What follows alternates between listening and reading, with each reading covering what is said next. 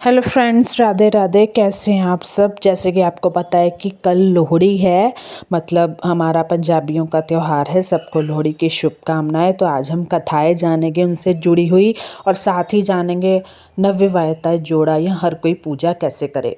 लोहड़ी एक खास त्यौहार है। ये उत्तर भारत, खासकर पंजाब में लोहड़ी का त्यौहार जो मकर संक्रांति की पूर्व संध्या का बेहतरीन उत्सव है, यानी कि ये हर साल 13 जनवरी को मनाया जाता है। मैंने वीडियो बना रखी है, परसों बनाई थी, पता नहीं कल, तो आप स्क्रॉल करके देखना, वहाँ पे शुभ मुहूर्त है।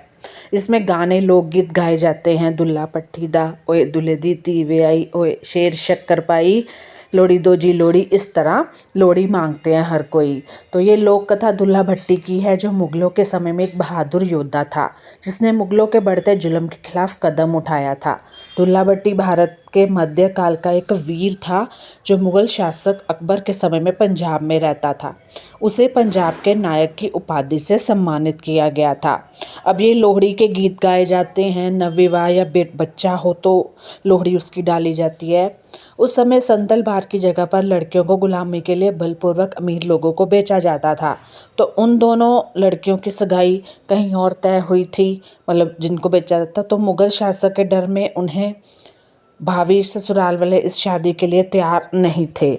मतलब मान लो कि लड़कियों की शादी कहीं और तय होती थी, लेकिन सदल बार की जगह गुलामी होती थी, तो वहाँ लड़कियों को बेचा जाता था। इस तरह का बता रखा है। दूसरा क्या था कि जो दुल्ला भट्टी था वो बहुत ही दयालु टाइप का था, बहुत ही अच्छा था, गरीबों का मसीहा बताया गया है। ये कहानी दुल्ला भट्टी से ज़रूरी है, आप कहीं पे भी पढ़ लोगे। दुल्ला भट्टी ने एक योजना के तहत लड़कियों को ना ही मुक्त करवाया, बल्कि दुल्ला भट्टी ने ब्राह्मण की मदद की और मुसीबत की इस घड़ी में लड़के वालों को बनाकर एक जंगल में आग लगाकर सुंदर मुंदरी की शादी हिंदू लड़कों से करवाई, और खुद ही उन दोनों का कन्यादान भी किया और शगुन स्वरूप उनको शक्कर दी थी। दुल्ला भट्टी सुंदर मुंदरी का ही एक तरह का ये गीत गाए जाते हैं। जो पंजाब से हैं उनको पता होगा। सुंदर मुंदरी ये वाला लोकगीत है जो हमेशा लोहड़ी पे गाया जाता है, और बहुत ही ऐसे सारे रिश्तेदार वगैरह या आपके आस पड़ोस उनको लोहड़ी दी जाती है। ऐसे पहले उनको शाम को बुलाया जाता है कि हमारे यहाँ लोहड़ी है, आ जाना, इस तरह। अब इस तरह उनकी शादी की व्यवस्था जब दुल्ला भट्टी ने करवाई, तब से ये लोक नायक दुल्ला भट्टी की अमरता से जुड़ी कहानी है। जो पंजाब के लोकप्रिय पर्व लोहड़ी को जलाते के साथ साथ वहाँ के बुजुर्ग इसे ब्याह करना नहीं भूलते। लेकिन इसके साथ और भी लोहड़ी के पर्व के साथ लोहड़ी के दिन और भी मान्यताएं जुड़ी हैं, कथाएं जुड़ी हैं, जो मैं आपको भी बता रही हूँ।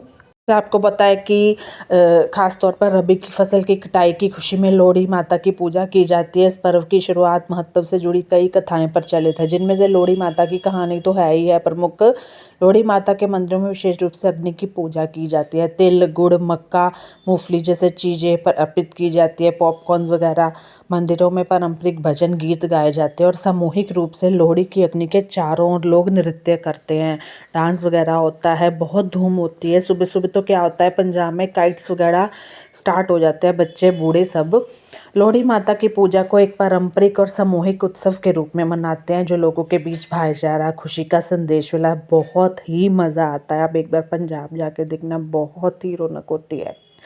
लोहड़ी की जुड़ी पुरानी कथाओं के अनुसार द्वापर युग में एक बार सभी लोग मकर संक्रांति की तैयारियां में लगे हुए थे। इस दौरान कंस से अपने एक राक्षस को भगवान कृष्ण को मारने के लिए भेजा था। आए दिन कोई ना कोई राक्षस भगवान कृष्ण को मारने के लिए आता था। आपने देखी होगी कृष्णावनी।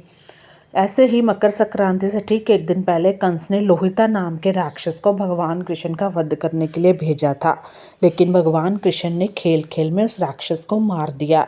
ऐसी मान्यता है कि इस दिन लोहिता का वध होने के कारण इसे लोहड़ी के नाम के पर्व से भी मनाया जाता है। मतलब बहुत एक त्योहार से, एक दिन से बहुत सारी चीज़ें आपको पता है ना जुड़ी होती हैं। मकर संक्रांति से बहुत सारी चीज़ें जुड़ी हैं। इसी तरह कोई भी त्यौहार होता है उससे रिलेटेड बहुत कथाएं होती हैं।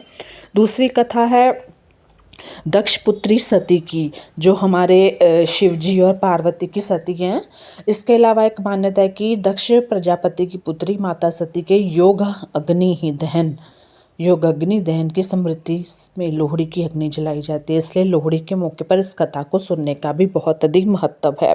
तीसरा मैंने आपको बताया दुल्ला भट्टी का तो है ही, क्योंकि खास उनका दुल्ला भट्टी के ही गीत गाए जाते हैं, उनकी कथा ही बहुत प्रचलित है। लोहड़ी पे अगर आप ये कथा सुनते हैं, इसके बिना लोहड़ी अधूरी है।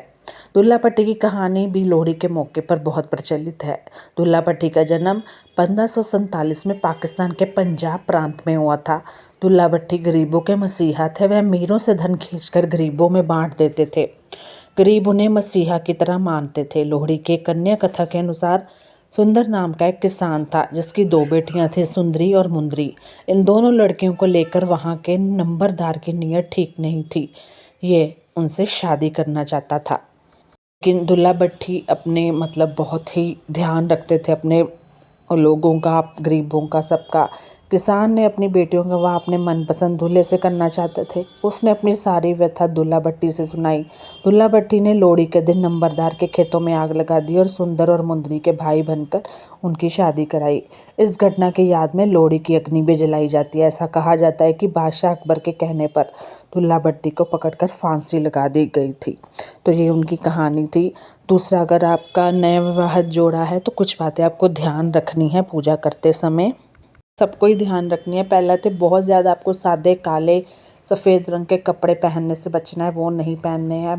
भारतीय परंपरा में शुभ अवसर पर काला रंग वर्जित माना जाता है। लाल, मजेंटा, पीला, नारंगी जैसे रंग को चुनना है आपको। पारंपरिक कपड़े जैसे फुलकारी दुपट्टा, भारी सूट, ये दिन की रौनक बढ़ाते हैं।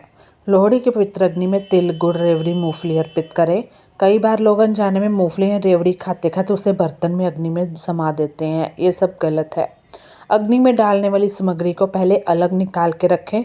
उसे चखना या जूठा करना अशुभ माना जाता है, क्योंकि यह देवताओं को अर्पण होता है। पहले हम पूजा करते हैं, परिक्रमा करते हैं लोहड़ी के आसपास, फिर हम बैठते हैं लोहड़ी की अग्नि में और अच्छे से गप्पे शप्पे लड़ाते हैं, गाने वाने लोग गाते हैं, है ना। सभी से मिलने वाले उपहारों को मुस्कुराकर स्वीकार करें, बड़ों का आशीर्वाद लें। लोहड़ी की अग्नि की परिक्रमा करना सौभाग्य और वंश वृद्धि का प्रतीक माना जाता है, तो ऐसे ही इसमें भाग ज़रूर लें। लोहड़ी की शाम को जब अग्नि प्रज्वलित की जाती है तो वह सबसे मुख्य समय होता है। ऐसे में पूजा और आहुति के समय ज़रूर मौजूद रहें। जैसे आप घर में एक तरह का वैसे खुले वातावरण में, यानी कि आसमान के नीचे लोहड़ी जगाई जाती है, हमेशा बंद में नहीं होती, तो आपको एक अच्छे से हो जाता है कि घर में भी जो शुद्धि हो जाती है। तो ये थी लोहड़ी की कथाएँ। कैसी लगी